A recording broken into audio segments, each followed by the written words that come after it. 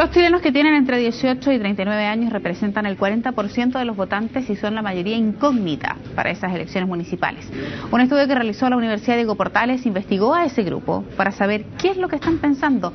Profundizamos en esos datos. El contacto a esta hora es con el investigador de la Escuela de Periodismo de la Universidad Diego Portales, Andrés Sherman. Andrés, gracias por esta comunicación con CNN. Buenas tardes. Hola, buenas tardes. Estaba leyendo parte de los resultados de la investigación que ustedes hicieron en la UDP. Decían que el 43% de los nuevos inscritos dicen que van a participar seguramente o con alguna probabilidad en los próximos comicios. ¿Cómo debiera leerse ese 43%? ¿Es algo positivo o es algo negativo, considerando que quizás es menos de la mitad de lo que uno podría pensar? ¿Cómo se lee eso? Sí. Mira, la cifra, nosotros hicimos dos preguntas. Preguntamos para las elecciones municipales y para las elecciones parlamentarias. En el caso de las elecciones municipales, el interés es un poco más bajo. Uno podría, si suma entre los que seguro van a votar y con alguna probabilidad van a hacerlo, es cerca del 55%, y en el caso de las presidenciales sube bastante, sube hasta el 65%. Es una cifra importante en términos de cantidad de gente.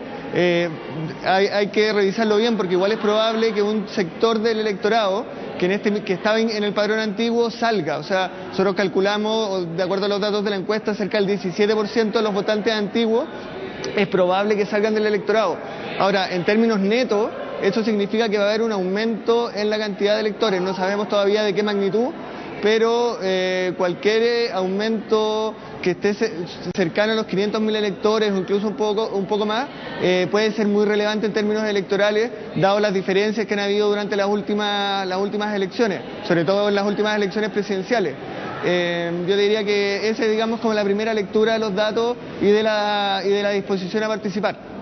Respecto del grupo etario, decíamos entre los 18 y 39 años, y es el grupo donde existe mayor incertidumbre respecto de su comportamiento. ¿Por qué? ¿Por dónde se genera esa incertidumbre? Mira, lo que pasa es que entre 18 y 39 años, en el padrón antiguo, digamos, el padrón que existió hasta el año pasado, ese grupo formaba un poquito más del 10%, del electorado. Hoy día, con el cambio en el sistema electoral, pasó a representar cerca del 40%.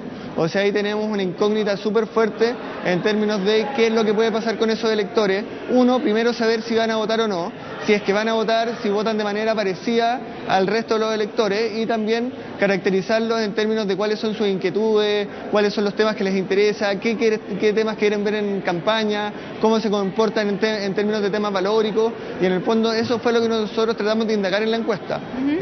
Pudimos ver que la votación, en términos por lo menos iniciales, va a ser de cerca del 50% de ese grupo nuevo, y que eso puede tener efectivamente algunas incidencias, pero todavía está un poco por verse, porque cuando uno les pregunta por temas un poco más específicos, o les pregunta por ejemplo por preferencias electorales, las preferencias electorales entre los nuevos y los antiguos votantes no son muy distintos, por ejemplo en el caso de las candidaturas de centro izquierda, pero en el caso de las candidaturas de derecha sí hay diferencias importantes de apoyo entre el antiguo padrón y el padrón nuevo. O sea, ¿qué significa eso? Así que mucha gente del nuevo padrón vota. Es un escenario que a los partidos de centro izquierda les podría convenir. Si por el contrario, esa parte del padrón finalmente sigue sin participar, se abstiene el día de la elección, es un escenario que es más conveniente para los partidos de derecha o de centro derecha. Respecto también de las preferencias que tiene ese nuevo padrón, o particularmente el grupo etario al cual ustedes investigaron, ¿hay alguna relación respecto de lo que se ha visto en las encuestas, donde se sabe la expresidenta Bachelet corre con un poco más de ventaja sobre, por ejemplo, otro eventual candidato como Lorenz Goldborn, Andrés Salamán? ¿Hay también algún dato relevante que nos puedan ustedes? Sí, sigue con bastante ventaja. Mira, nosotros tenemos una primera pregunta que es sobre menciones, que es una pregunta de mención espontánea, o sea, donde las personas pueden señalar libremente cualquier persona por la que votarían si la elección fuera el próximo domingo. En esa pregunta, Michelle Bachelet tiene cerca de 32 puntos, y los que están a continuación recién marcan cerca de 4 puntos, que está Lorenz Goldborn, está Marcos Enrique Ominami y después Franco Parisi.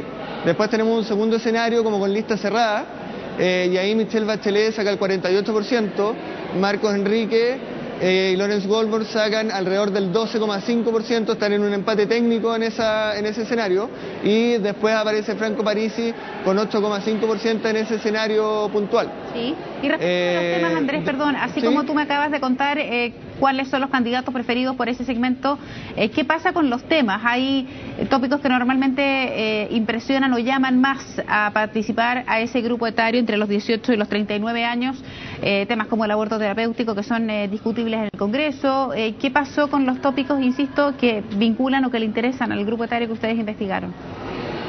Mira, tenemos varias preguntas como de temas de contingencia, además que han estado muy encima de la agenda. El tema de la legalización del consumo de la marihuana, el tema del matrimonio homosexual o la adopción de hijos de parejas homosexuales.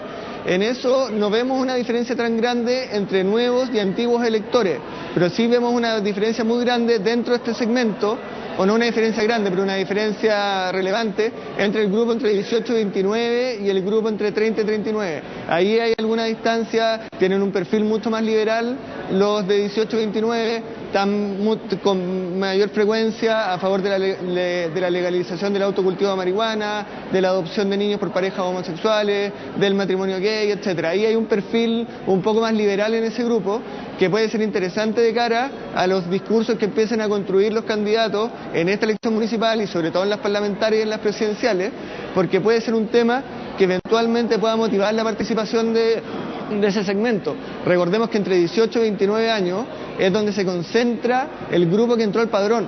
Al padrón, con el cambio de inscripción, entraron unos 5.300.000 electores. 4.300.000 tienen entre 18 y 40 y un poquito más de 3 millones tienen entre 18 y 29. O sea, entre 18 y 29 es donde está el centro de los nuevos electores, por decirlo. Sí. Andrés, y respecto a esos niveles de participación que ustedes detectaron con los porcentajes que ya comentábamos, ¿hay alguna distinción, por ejemplo, a nivel de grupo socioeconómico respecto de dónde estaría concentrado más interés por participar, por ejemplo, o no? Sí, y hay una diferencia importante y eso es un tema que hay que revisar bien con qué sucede finalmente. El interés de participar, el interés de votar es mucho más fuerte en los segmentos de altos ingresos. O sea, en los segmentos de ingresos altos y de clase media alta es bastante superior la disposición a votar que en los segmentos bajos. Eso es un tema que ya se discutió cuando en el minuto en que se cambió el sistema de inscripción, porque la experiencia internacional muestra que efectivamente en este tipo de sistemas se empiezan a generar dinámicas en que los que más participan son los electores de los segmentos más altos y que los segmentos más bajos van quedando un poco desplazados de la participación electoral. Y es un tema que hay que mirar con atención en las próximas elecciones, porque eso también puede empezar a generar problemas de representatividad. O sea, se supone que cambiamos el sistema de inscripción porque hay un problema de representatividad política, pero el tema de la salida del electorado de segmentos de bajo ingreso también en el fondo puede empezar a transformarse en un problema. O sea, finalmente la crisis de representatividad, y es un poco lo que nos muestran estos datos y datos de encuestas anteriores, no tiene que ver tanto con el sistema de inscripción o con el cambio de inscripción, sino con motivaciones más profundas y con la percepción de la capacidad de incidencia que las personas y sobre todo los jóvenes ven que tienen en la participación electoral, digamos, cuánto en realidad sienten que es un espacio para transformar las cosas. Y en ese mismo espacio, Andrés, un candidato, o sea, alcalde, concejal o eventualmente un presidenciable, para lograr captar la atención de ese grupo que ustedes estudiaron, debiera hacer un trabajo más enfocado, ¿dónde? Particularmente porque entiendo el estudio tiene un capítulo especial referido a cómo se comunican, particularmente con redes sociales y medios tecnológicos, justo ese grupo etario, para poder intercambiar opiniones. ¿Qué conclusiones ustedes pudieron obtener particularmente de ese aspecto? Sí, mira, en Chile hasta ahora en las campañas electorales han explotado poco el recurso de las redes sociales. El segmento que se integra tiene niveles de penetración muy fuertes en esas redes, sobre todo por ejemplo en Facebook. Nuestros datos indican que cerca por ejemplo del 85% de la población entre 18 y 29 años está registrado en Facebook. En Twitter es un poco más bajo, pero también es un número más alto que el de la población general. Ahí puede haber un espacio de campaña, puede haber un espacio de activación.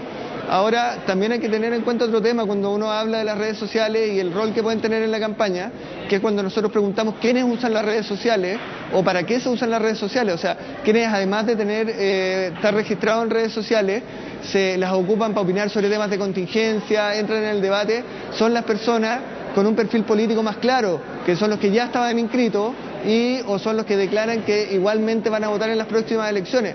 Por lo tanto, las redes sociales son un camino, es un recurso que en las próximas elecciones debería tener un uso mucho más intenso de lo que ocurrió en los eventos electorales anteriores. Pero no va a ser suficiente, definitivamente no va a ser suficiente. Va a haber que hacer un análisis mucho más intenso en términos de motivaciones, en términos por ejemplo, el tema de educación sigue marcando una presencia altísima en el segmento. Nosotros tenemos las preguntas comparadas del año pasado y la valoración, digamos, del movimiento estudiantil sigue siendo muy alta. Andrés, te queremos agradecer mucho estos minutos de conversación para comentarnos de este importante estudio que hacen ahí en la Universidad Diego Portales. Gracias por tu tiempo, que tengas una buena tarde. Ok, listo, muy buenas tardes. Hasta luego.